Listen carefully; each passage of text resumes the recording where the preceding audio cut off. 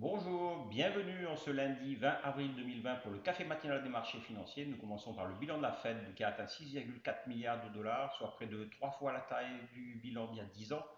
Comme vous savez, il y a une relation directe entre la performance des marchés financiers, actions, obligations, et la taille du bilan de la Fed. Exemple fin 2018, quand le bilan de la Fed avait été réduit, ce qui avait abouti à une chute drastique des marchés financiers. Escalade des tensions entre les États-Unis et la Chine sur fond de guerre commerciale, de guerre technologique, mais également au niveau de la finance et des devises, par exemple, puisque le yuan est extrêmement stable depuis le début de l'année par rapport au dollar américain, seulement 1% de baisse, contrairement à beaucoup de devises émergentes, par exemple le rouble qui a perdu 19%, le réal brésilien qui a perdu 23% et le rand sud-africain 25%. Il faut surveiller les tensions géopolitiques entre ces deux pays, par exemple en mer de Chine, qui est depuis plusieurs années un lieu avec beaucoup de tensions. Également la mer Rouge avec le port de Djibouti, qui est la porte de sortie des exportations éthiopiennes, qui est très proche de la Chine, vers le reste du monde.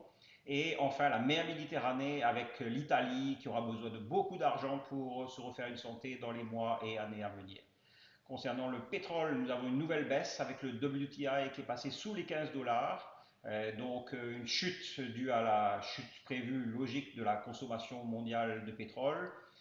Et donc les marchés asiatiques aujourd'hui sont mi-figue, mi-raisin pour l'instant. Le Nikkei est en baisse alors que les autres marchés en Asie sont généralement en hausse. Je vous souhaite une excellente journée. À bientôt.